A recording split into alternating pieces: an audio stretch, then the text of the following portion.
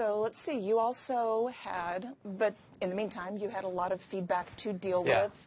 So, like ton. Mason Axe on the Malix legend. I'm sorry.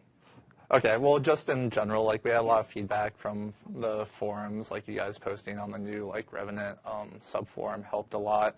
A lot of points just from playtesting this last weekend and internal playtests. We got a bunch of different feedback, and we're taking this chance to address some of it as well. So, like, Mace Axe and Malix specifically, we felt like we agreed with you guys where the condition output was a little bit too low.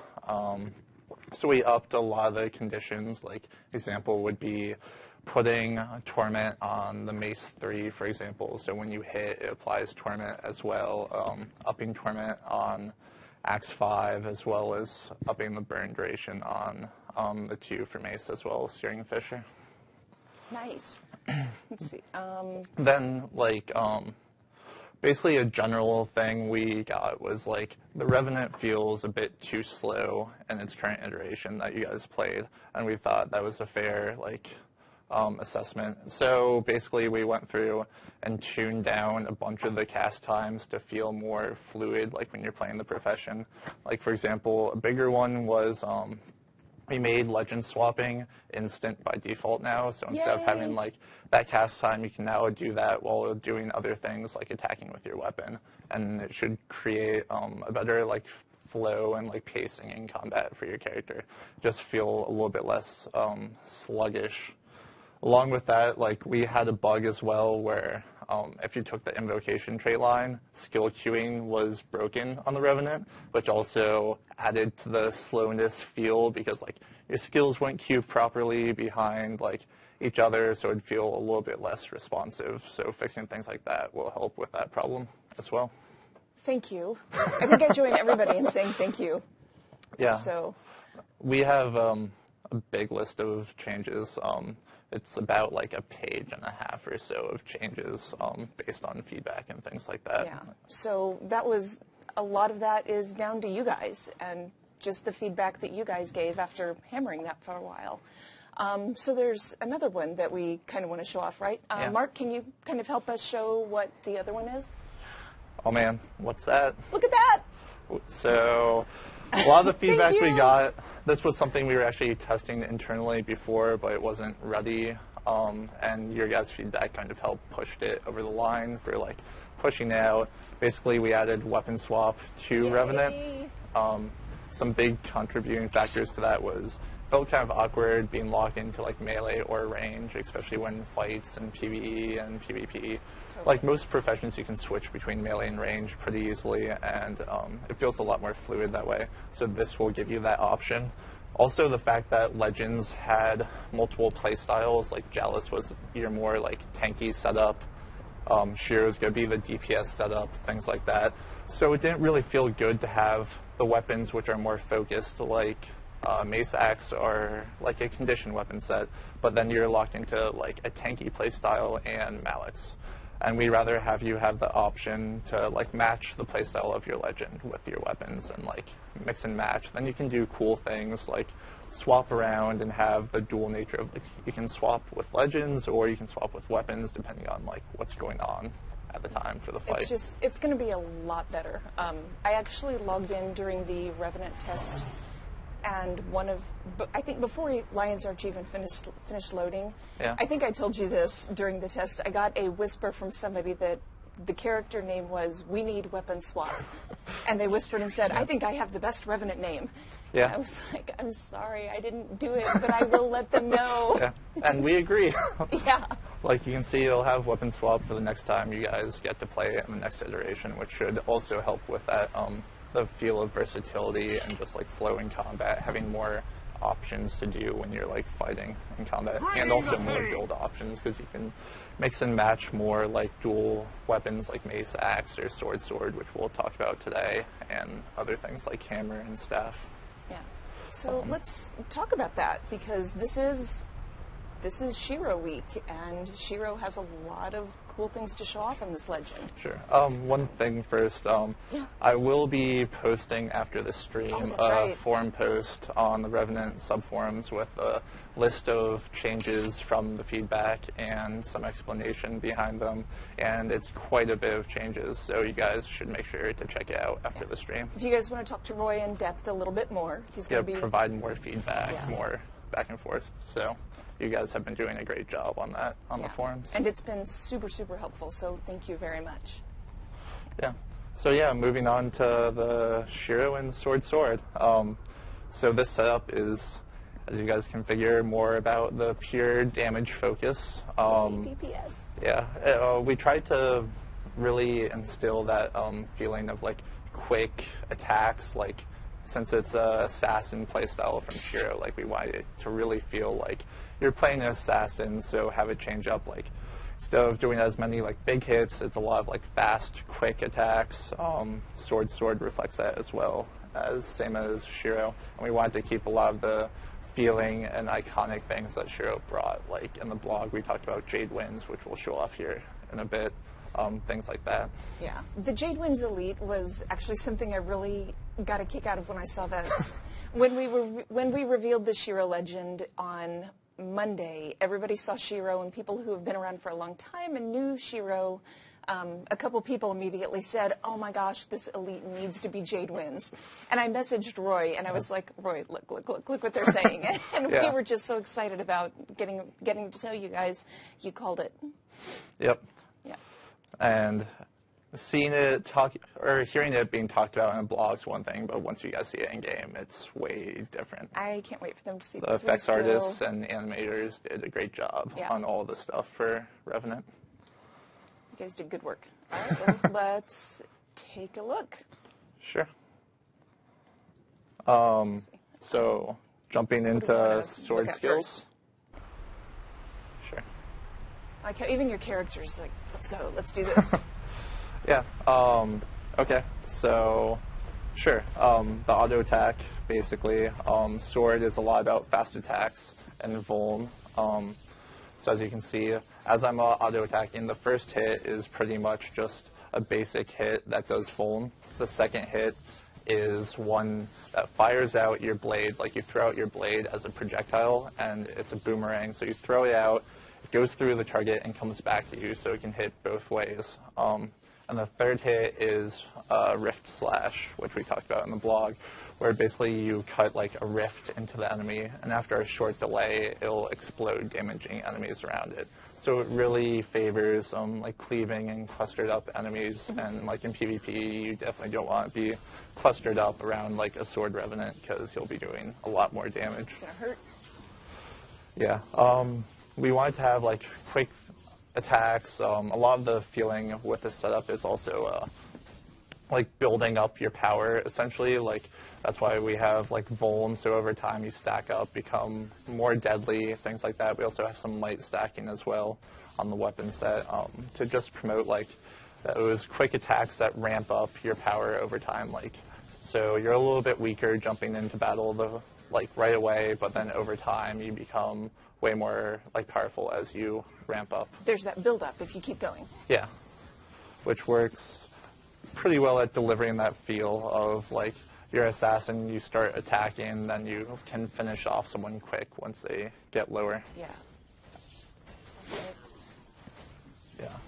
You really were having a good time with that. Yeah. Apparently I love to auto attack Watch what things. I can do. This might be the point where we like got to talking. Yeah. Probably got distracted a little bit. This is pretty great. So, okay, the second skill, Precision Strike. I believe we also talked about this one on the blog as well. So basically, you use the skill. It's a ranged attack, medium range. It's 450 range. You basically send out blades to foes around you, and these cripple. So you can use it as kind of like a added AoE damage in your rotation. You can use it when you're slightly far away from your enemy to just like catch up with them, because it does chill for a second as well, and it's kind of like lower cooldown. It's kind of your like catch up mechanic of like how you can like stick to a target and keep them slow, since Revenant doesn't have cripple as well, and just kind of fits the theme of fast attacks and like just throwing out blades, hitting like many targets at once. As you can see, like when I attack the 3 golems, blades go out to all 3. One thing with this is, though, it only hits one target per blade. So if there's only 1 enemy there, it'll only throw out 1. But if there's 3, it'll throw out up to 3. Oh, nice. Yeah. So it's going to read the number of targets up to. Yeah. Okay. Now, the 3 skill, since it's coming up and we have a second, I want to mention that if you just think back a while, you have seen this one before. Some of you will have seen this before. You just didn't know what you were seeing at the time. Yeah. So this was a skill we actually showed off in the original trailer for the hot expansion. Ritlock used this skill and blinked around between some enemies attacking them. So you guys didn't even know it, but like you were seeing a Shiro skill back then. So we've been working on it for a while and trying to get the feel right. I got so excited the first time Roy showed me this. I was, what? Yeah, this actually took a lot of custom work by our programmers and things like that to get really feeling good and feeling right. So this skill basically, you step through the mist and you rapidly attack foes like in the area. It basically attacks random foes if there's multiple in the area. You always start and end at the same target, so you can use it for mobility as well. So like if the target's running away, you can use it on them, then you always end at that target, so it'll kind of like chase them down. But it really promotes that feeling of catching someone away from the crowd, and if you catch them away, then all the hits will hit that one target, and they'll play into one of the offhand sword skills as well. Ow. Oh, that is not okay. Oh my Yeah, gosh. it can be a lot of damage. It also stacks up might, so it's a way to ramp up your damage as well, and hits pretty hard. Ooh. The idea is basically like, it's a lot about like positioning, kind of like how Mace acts is, like, so you have to be aware of your surroundings, like find targets and use it on like the right target at the right time. It's a little bit lower cooldown, so it's made to be used fairly often as more of the iconic like feel of Sword and Shiro. It's used to be a main DPS skill, essentially. Oh my gosh, that moose. I forgot about that moose. Yeah, always gotta use a moose. It's a good test dummy. So this next skill, we're moving into Sword offhand. The first part of this is Duelist Preparation. Basically, you block attacks for 2 seconds while it's active. So it's kind of like a parrying type thing with your sword. If you get attacked while you're blocking, though, you get access to this flip-over skill called Shackling Wave, which basically sends out a wave of energy from the mist, as you can see in the video. Basically, the wave damages and immobilizes targets, so it's a way to stick on your target or catch up, because it does have a bit longer range. It's about 300 range, so you can use it for some defense and sticking on your target. Like, it works really well to use that and use Unrelenting Assault right after, because they're immobilized and stuck in place. Then you can land all the hits of the Sword 3 on them as well for some good spike. Love it. And, oh my gosh. I kept meaning to ask you to tell me how to summon that moose. You need to... I'll have to show you later. Yeah, show me later, because I kind of need that for some defensive stuff. Yeah, I got it from Tyler, actually. Tyler always used to summon moose, or meese, and then I was like, yeah, that seems like a good target. It is. It's so perfectly funny. Yeah. So you can see like swords about like quick attacks, some blocks, things like that. It works really well with like procs as well, because things like air sigil or fire sigil, since you are attacking so fast, it makes those procs a lot more reliant. So the Sword 5 skill pairs really well with the Sword 3. Essentially, it's a melee attack, and as you attack, you shadow step back 600 range and then pull your target with you. The golems snap back, but you can see basically how it feels. As you're fighting, like, you basically could be in a crowd like the golems right now. and pick someone out of the crowd, like World v. World, pull them out far enough so that you can get all the hits of the Sword 3 in on that one target. So it's kind of like pick someone out of the crowd, then burst them down kind of feel. It's a cool way to add CC, a more unique CC and pull that's still a melee attack, but then gives you some distance as well and kind of separates out targets. I'm viewing it as culling the sick and the weak ones from the herd. Yeah, basically pick out the weakest target and finish it off as fast as you can. So we were talking before the show which elite spec I'm kind of excited about, and suddenly I'm terrified. I'm like, well, I'm screwed. Scared of swords? I'm going to be the sick and weak one that gets pulled out of the crowd, and just, I'm going to be like lying on the ground in a corner in small pieces. We'll have to work on your PvP skills. We'll get you up to par. I just keep working on it, and then things like this, I see things like this, and it just gets frightening. So it's okay. Some of our elite specs are pretty frightening as well. Yes, this is one of them. So. All right, so what do we want to take a look at next? Because there's more to see. I think... Let's see. Talking about a little bit of the lore, I think. Yeah, let's... For those of you who don't know, I know a lot of you guys have been around for a while, but some of you are kind of going, okay, who's this Shiro guy?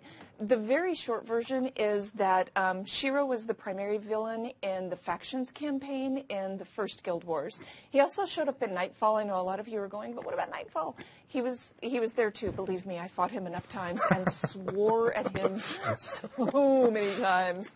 But he was primarily the end villain in Factions. The very short version is that he was the Emperor's bodyguard. Basically lost his mind, killed the Emperor. You, the player, were the big hero, killed him at the end of the campaign.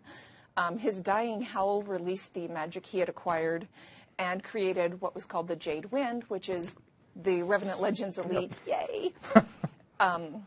That turned almost everything to Jade, that turned the sea to Jade. If you want more, check out Wooden Potato's lore video on this because it's fantastic. Yeah, he did a really good job on it and really detailed out a lot of the lore behind it. Yeah, Roy and I were talking about this earlier this week, and Roy starts spouting off all of this lore that I didn't know he knew, and I was just going, wow, I'm so impressed. And Roy was like, I watched Wooden Potato's video. Yeah, I knew some of it, but yeah, I've learned a lot more about lore working on this profession than I previously knew. Yeah, I was super proud of you because I was like, wow, I didn't know you knew that much, and he did his homework, so that was pretty awesome. Thanks. Yeah. So let's see. So we have some utilities to go through and some fights to see how it works. Which one do you want to do next? Let's go into the Shiro skills. All right. You were the boss of this, so. All right. Okay, skills. So Shiro, just like Sword, is about quick attacks, the assassin feel, and more of a DPS-focused legend. So the heal skill is Enchanted Daggers. Basically, you use this and you summon up daggers on top of your character, like these Jade shards. Very similar looking to Rock Barrier for Elementalist as well. As you attack, these Jade shards over your shoulder basically fly off and attack the same target that you're attacking. They have 1200 range, so they work with things like hammer as well. As they hit the target, they siphon life from it, pretty hefty amount to be more of an offensive type of heal to help spike it down, along with the fast attacks to get these procs. Basically, you use it can use it before a fight for some added damage, or when you're low and still help finish off enemies, just to get more of an offensive heal feeling to fit the feeling of this offensive, quick attacking assassin. So it's more hits that can proc things like sigils and whatnot as well. And again, I know we mentioned it earlier, but I love the look of this one. The effects, they've done such a good job with this.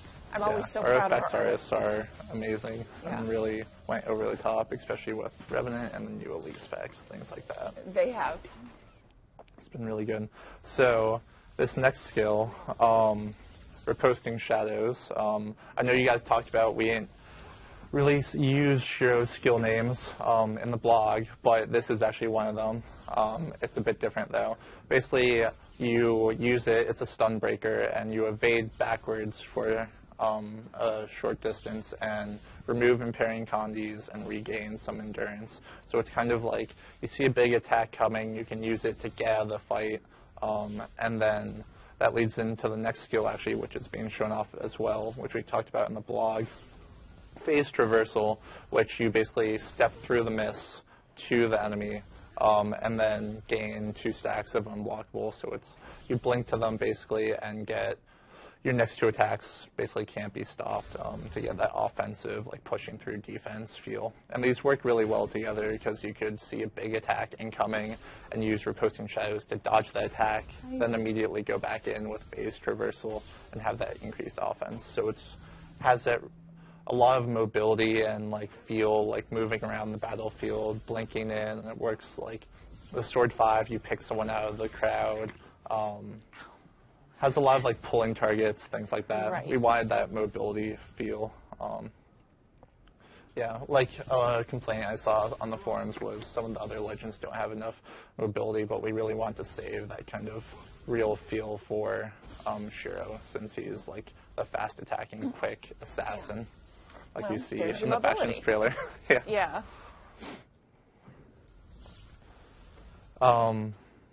The next skill we're going to talk about actually is another skill name as well. Mark just told us there's still like a minute left of this. So apparently we'll watch. So it turns out Roy likes to play the Revenant. It's weird, but he likes this class. Yeah, it's really good. I like it a lot. And the internal version as well is like, as you guys will see on the post that I make after this, there's been a lot of changes to adjust like the feel as well, and we really think it should be a better experience for you guys for the next iteration that you get to play. I do want to point out that I did this deliberately. I closed the window, I just minimized this and tabbed out of it so I wouldn't be completely distracting myself. But I deliberately left Twitch chat open so I could just see what people did when we uncovered weapon swap, and chat exploded. It was really fun. So it was super gratifying when we showed off weapon swap. So, all right, let's see what we have here. So here the next skill, Impossible Odds, another throwback from I know that one. Yeah. I hate that. I hope it's less painful here. It's probably not less painful. It's just as crazy. So this is the upkeep skill of Shiro. So that means like you can use it anytime. It costs a little bit of energy to use initially, but then it costs your energy regen over time. So you basically go in -5 regen. So you're losing energy while it's active. Okay, this is painful. This is that painful thing I was talking about. Yeah. So it basically gives you pulsing quickness and super speed while it's active, which is crazy, I know, but it really provides that assassin feel of like you basically expend your energy for these fast attacks for moments where you can go in and really burst down a target and things like that. Like you pick a target out of the crowd, say, with Sword 5, like Culling the Weak, maybe for Ruby. It's really a thing. No, you leave me alone. And then use Impossible Odds. Then you can use things like Sword 3 to have that happen like twice as fast because of quickness, and also helps you stick on targets with super speed as well. But it's something you want to toggle and be careful of how much energy you're using, since your energy drains really fast and your weapon skills also use it. So it's kind of like managing how often you want to use it. Generally it's more for like those burst scenarios and things like that, and trying to finish off targets. But it's his high like DPS kind of cooldown thing. I'm finding that energy management is a huge thing with the Revenant. You really have to measure whether or not the cost of some of these things is worth it. Yeah, especially adding weapon swap as well, because that just gives you another set of cooldowns to use that also has energy. So it's really going to be more about like, how do I manage my energy? Since they have lower cooldowns and can use so many things, it's more like, what do I use like in this moment on the battlefield? Right. If you just start banging on anything that's not on cooldown at the moment, it's going to suck really quickly. Yeah. So it's something to manage, and will definitely take more time as you guys play the Revenant to like master. And it'll also be some back and forth of like tweaking the numbers to make sure they all feel good. Yeah. So now we have the elite Jade Winds. As you can see, you channel basically this Jade Wind and release the Jade wins onto your foes, essentially stunning them, kind of like Petrify from Basilisk Venom. It turns them to Jade, stunning them for a short duration. It's about like 3 seconds. It's actually like pretty long. Costs a lot of energy. It's supposed to feel really impactful.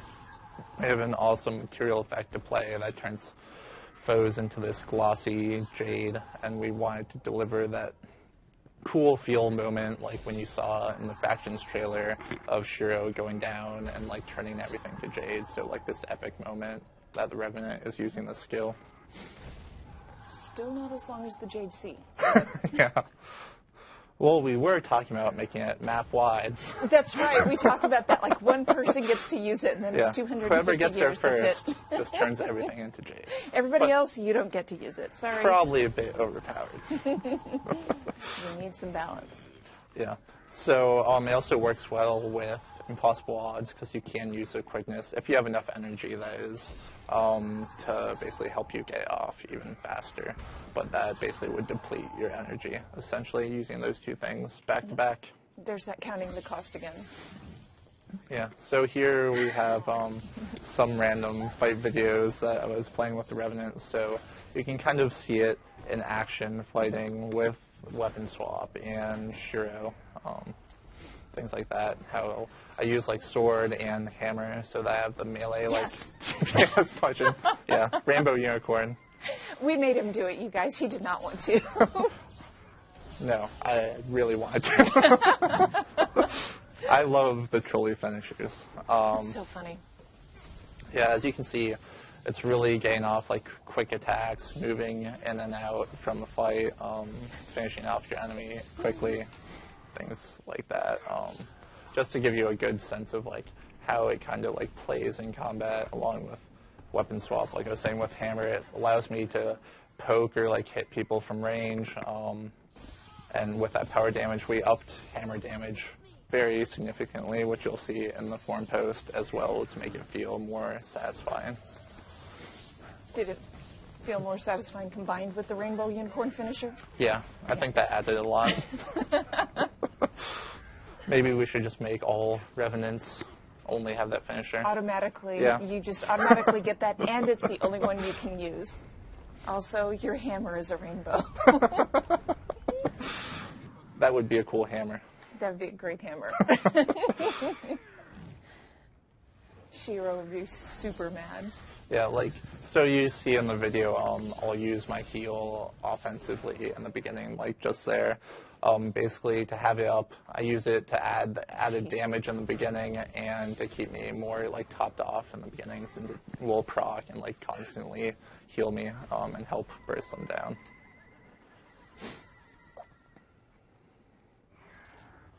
Or you can do things like starting with Jade wins, like I just did, to basically control your target and then get in some burst and then finish them off. There's a lot of traits we'll go over shortly too as well. The Devastation line is a lot more focused about damage, vuln, and things like lifesteal and might as well. Oh man, that was beautiful.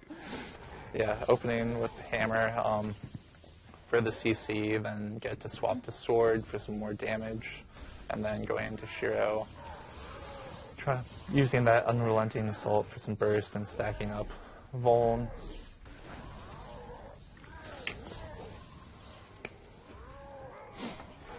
I was a bit off my game when doing this, so it was a little bit tough.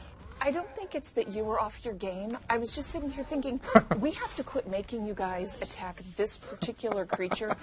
We keep bringing devs in here for recording sessions and making them attack this particular guy. I think I actually this happens to all of them. Yeah. Everybody's like, ow, ow, ow. And then they apologize, but I'm starting to see a pattern, so I'm really sorry. I think well, at this least was my fault. I killed him in rally. You did rally, but I'm sorry. It's okay. I forgive you. It didn't only happen to you, so. That's good to know. Yeah, it wasn't. It's not you. It's us. So, want to move on to traits? Yeah, totally. Okay. Let's take a look. Okay, so here on the top line is the Devastation line, which goes along with Sword and Shiro. This is way more focused about like raw DPS, kind of like strength line for warriors or something like that. So let's go over the minor traits first. The first one, mutilate defenses, is chance on hit to apply vuln. So this works really well with the fast attacks of sword because you get these procs a lot more often. And sword itself stacks up vuln, so you really ramp up the damage really quickly. This next one is you deal increased damage to targets with vuln. So since you apply vuln as well, you get that increased damage modifier to targets that have vuln on them to increase your output and spike. Then the final minor trait is striking foes that have vulnerability. You siphon life from them. Small amount, kind of like the Necro Life Siphon, to help add some damage and sustain to you as well. So like over time as you're fighting, since you have so much vuln, you're siphoning this life for each of the like hits that you do on the target. And since you're attacking so rapidly, for things like the auto attack, since you have the projectile that goes out and comes back, or the delayed blast, things like that, really adds up over time. So moving on to the depth traits, we have Assassin's Presence, which is a trait kind of like Spotter or Empower, things like that, where basically you increase ferocity of nearby allies around you by 150. So it's a good way to add like group support, like more stats to help support your party that you're playing with. So the next trait is Rapid Lacerations. It's your sword trait. Basically, as you attack, you can have a sword in your main hand or offhand, and it'll work. As you attack, you get a stack of this buff, which is basically 2% quickness, and it stacks up to 5. So I'm just picturing filleting your enemy. Yeah. So it makes for some really fast attacks. So basically, this stacks up, and you get pretty quickly, and you get 10% attack speed, and it combos really well with Impossible Odds. So you have like quickness on top of that, so you get some real crazy fast attacks. I love it. It's a lot of fun. Seriously. This next one, Malicious Reprisal. When one of your attacks is blocked, your next attack will be unblockable. You get 2 stacks of unblockable, kind of like your utility as well. So if you're fighting PvP and a Guardian uses Shelter and your first attack gets blocked, then your next 2 will be unblockable. So you can do things like CC them out of it, or just combos well with things like Jade wins. Yeah. So moving on to Master Traits. This one's pretty fun because it's pretty thematic to Shiro, especially from the Factions trailer. Increases down damage, and when you go down, you basically use Jade wins. So like as your character's down, you release Jade wins, stunning people around you, turning them into Jade. So you get that awesome moment, like in the Factions trailer. This next one, as we talked about, stacking up damage. When you use Assassin's Stance skill, you get 2 stacks of might for a pretty decent duration. Basically, it's made so you're using these skills like back to back and ramping up your damage over time, getting these might stacks along with like Sword 3 and the Vuln as well. And this next one is increasing ferocity when you're dual wielding. So that's either sword or like mace axe or any combination of the one-handers. Love it. For Grandmasters, we have an Executioner style trait.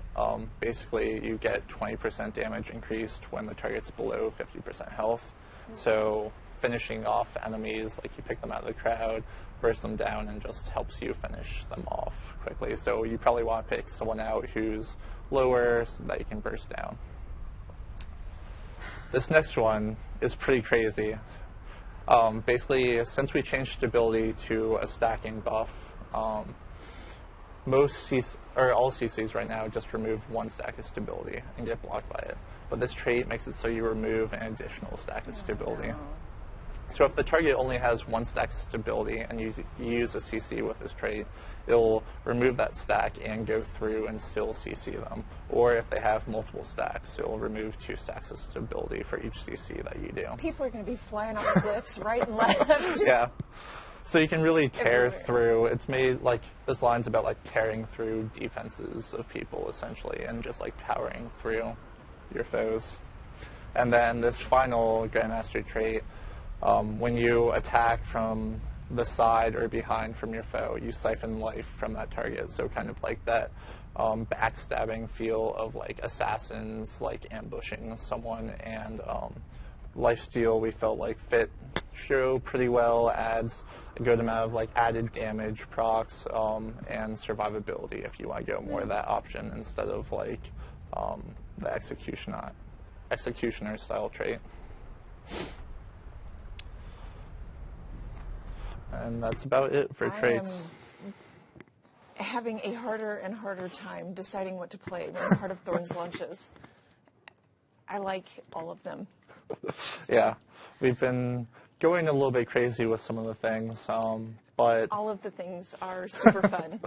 Yeah, we're aiming to make things really fun. Like, we want to get the feel right. That's why Revenant might have been, like, a little bit weaker during the test, because we really wanted to get the skills in the right direction. And damage numbers and things like that are always able to be, like, raised pretty easily, like, after we get the feel that we want for the skills. Yeah, but getting that feel in there and then having you guys come in and play around with it and let us know what you thought about all of the balance issues was really helpful. Yeah.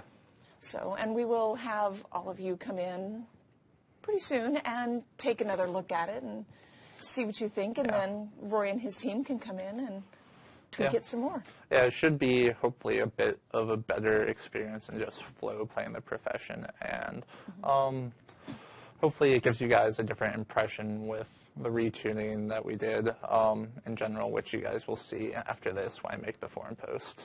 Yeah, so that's a thing that you guys can do, and just go into the forums, talk to Roy in depth a little bit more.